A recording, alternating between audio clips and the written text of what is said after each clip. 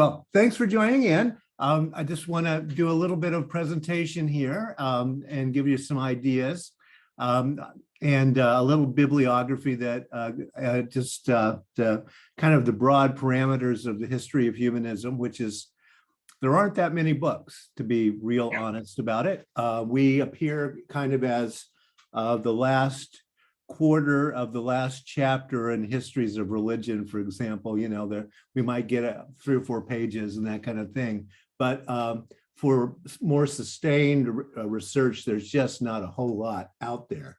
But to start, we really have to start with the 19th century and when it became kind of okay to be a little bit outside. We'll look at Tom Paine in a moment, but a religion of reason or a religion of humanity has long been a dream of freethinkers of various stripes, though the term religion has been hotly debated over time. Are we totally secular? That's always been one of the questions. And it's an important question, as we'll see in a moment.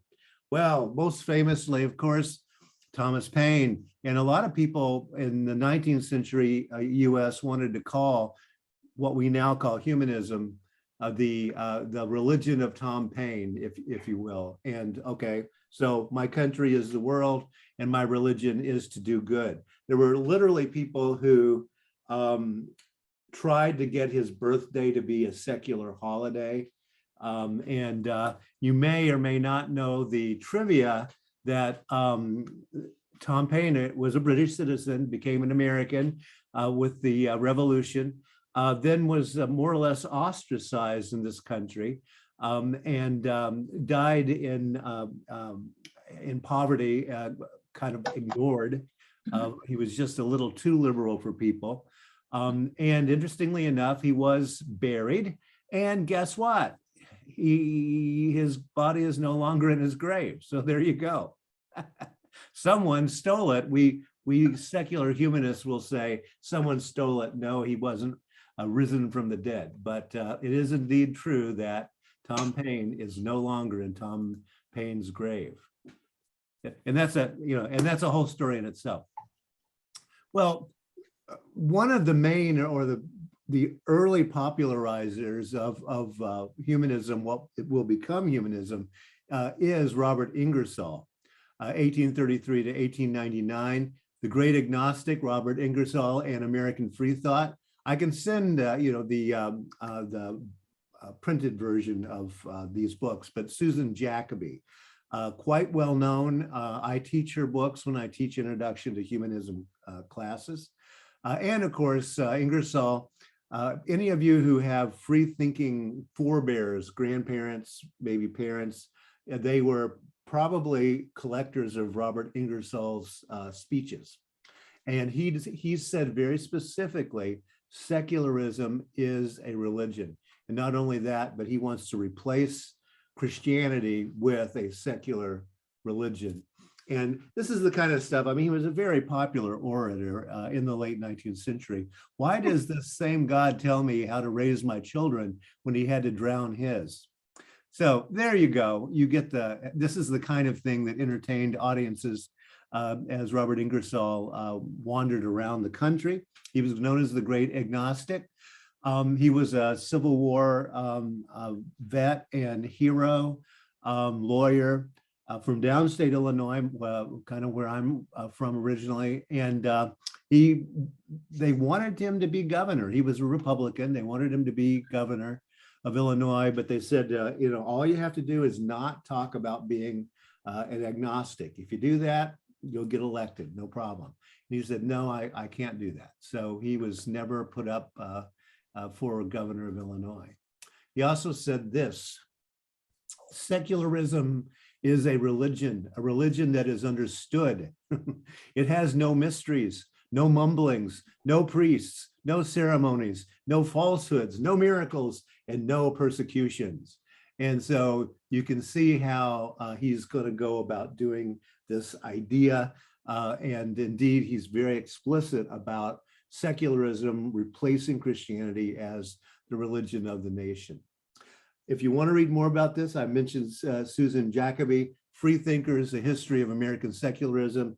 And it's a book that you very much can find at FUS. I use it for introductory to humanism courses, and we have it in the FUS library, or I have like 3 copies because I keep them for seminarians if they're interested in humanism. So it's a very, very good book, again, about 19th century humanism. Now, where Unitarianism comes into the picture, the earliest book on this is called Freedom Moves West: A History of the Western Unitarian Conference by Charles H. Little. You can get it in hard copy. It was re-released. I think it came out in 1952. Originally, it's sort of the high point of Unitarian humanism. Then it came out again in the early 2000s as a paperback. The guys in the tall hats there are from Meadville, Lombard. It was Meadville, Pennsylvania at that time before they moved to Chicago. But it's about the Chicago connections and the Meadville connections that spread humanism out through the West, meaning, the Midwest to the Great Plains area. It's a very good book. It is widely available online as a used copy, or you can also get it free for your Kindle. And also we do have several different copies laying around FUS and the FUS library. Now, I've mentioned before, if you hear me talking about FUS specifically, about the National Liberal League, another thing you can do is go through Wikipedia, and you can keep following those links, and you can put together a fairly accurate story.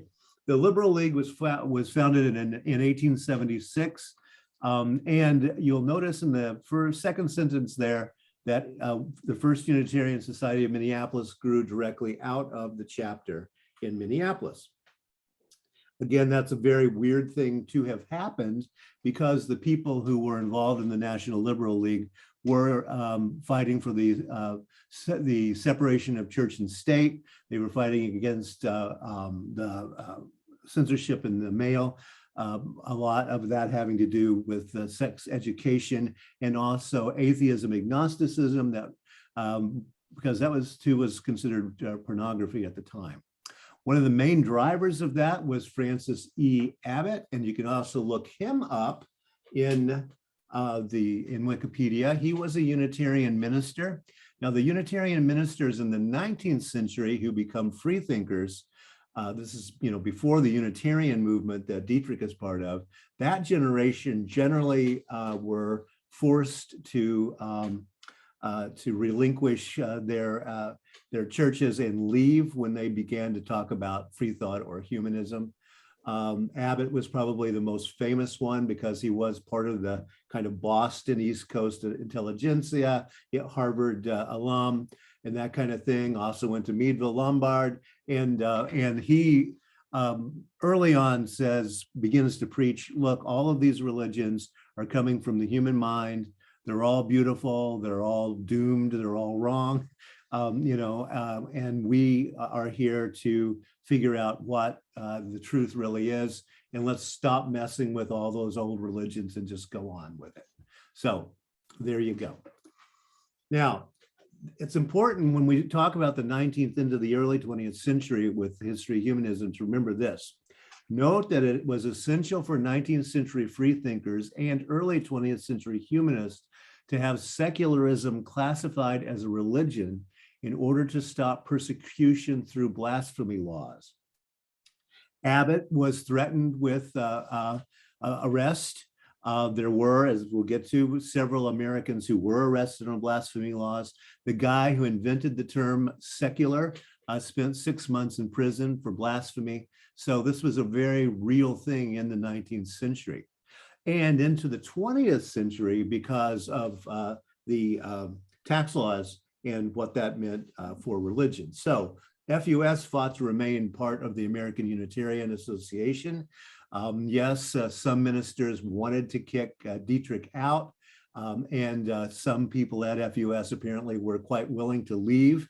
But the problem was that they were classified as a church, and therefore they had some protected speech.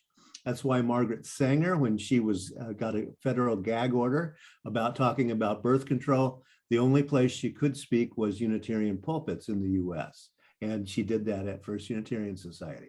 So then the American Humanist Association, which incorporates right before the Second World War, I think 1940 or 41, it was classified as a religious organization when it incorporated and remained like that, much to the chagrin of a lot of secular atheists, especially until 2006. Now it's no longer a religious organization.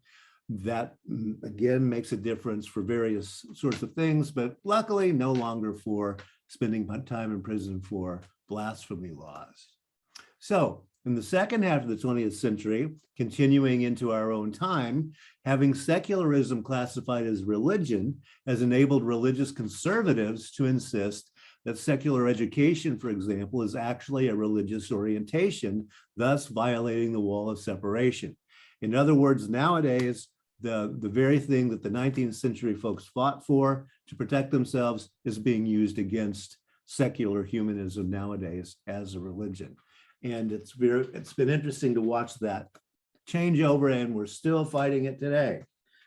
And a book that I highly recommend, and there are copies at FUS in the library, is The Genesis of the Humanist Manifesto by Edwin H. Wilson.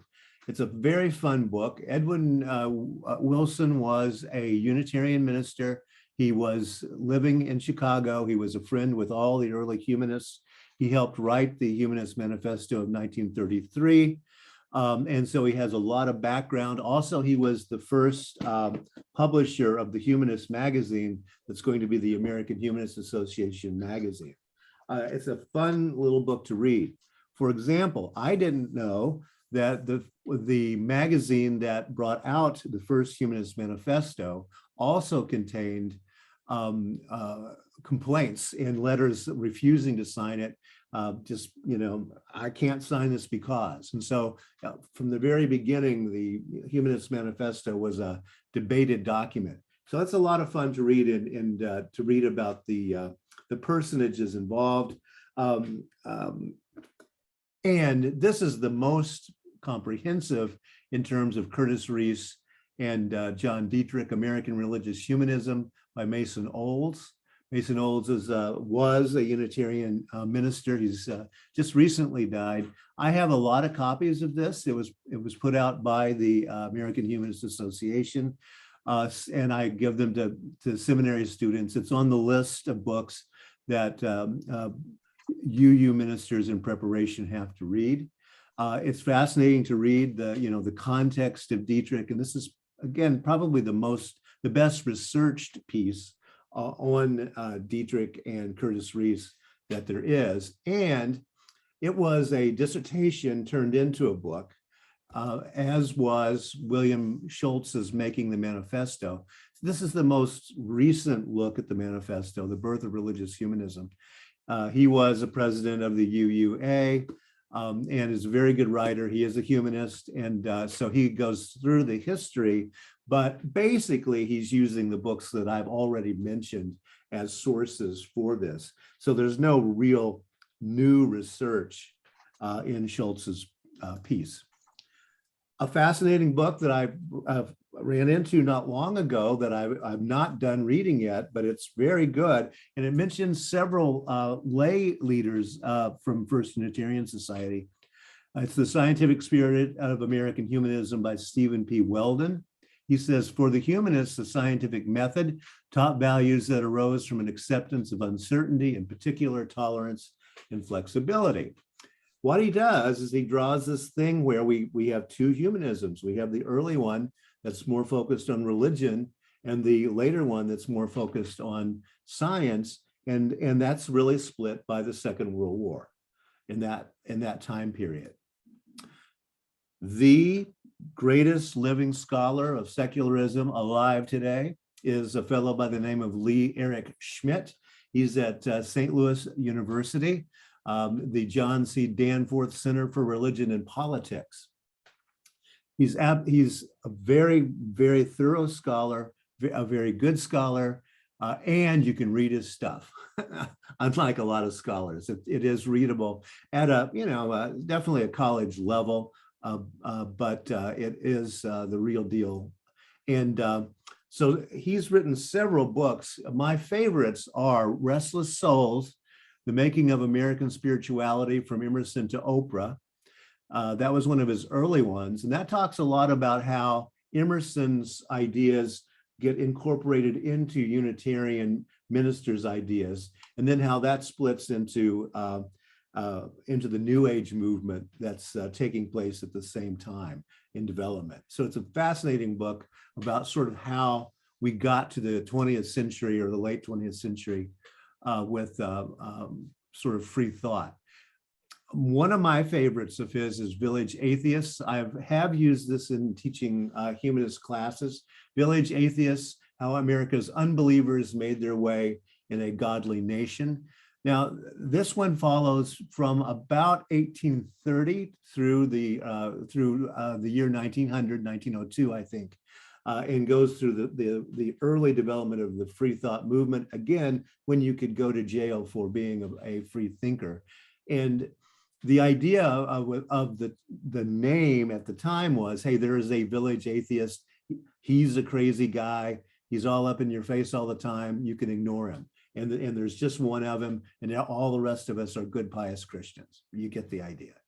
So now, an absolutely fascinating person that he covers in that book, that then he writes an entire book about, is Heaven's Bride, The Unprintable Life of Ida C. Craddock, American mystic, scholar, sexologist, martyr, and madwoman.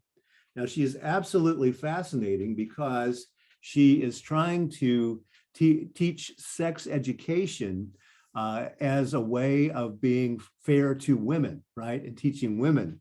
And this is considered pornography. She spends time in jail for it. And being arrested by Anthony Comstock, the guy that the Liberal League had been fighting against. She's fascinating also, however, because, how much of this did she mean? The straight up sex education and joy in sex and marriage, that's all completely understandable. But then she starts talking about having sex with angels and this kind of thing. And so it becomes, she becomes, well, she's eventually locked away. And again, you would have to be the decider whether she was locked away because she really was somehow insane, or if she was just a 19th century woman who was willing to talk about sex. It's a good question. And Lee Eric Schmidt's book that just came out, and I'm very sad about this book. It's called The Church of St. Thomas Paine, A Religious History of American Secularism. Lee Eric Schmidt emailed me before COVID saying that he was going to come to the FUS archives and research, and also to the History Center to look specifically at First Unitarian Society and John Dietrich in the early, and Raymond Bragg in the early humanist period. COVID happened, and so he never came. And in the introduction to the book, he does say that this book is curtailed because I wasn't able to do all of the research I wanted to do. First Unitarian Society and Dietrich are mentioned quite a bit in the book, but I really would love to have gotten the preeminent humanist scholar in the country into the FUS archives because I think he would have discovered some things that he didn't discover. And I think that's really too bad. But you can be the great discoverer of our past by going to the Heritage Room in our FUS archive, which is not in great shape, but we have a lot of good people working on it, and it has been kept since 1881. So we do have some very fascinating stuff, especially for free thought and women's suffrage movement, and then the early humanist movement. So there you have it. So that's a quick overview of what I consider to be some of the best books. If you've read one that you like better or you think is great and we all need to know about it, or want to ask me any questions, please do. And again, email me and I will send you this bibliography of of what I've gathered.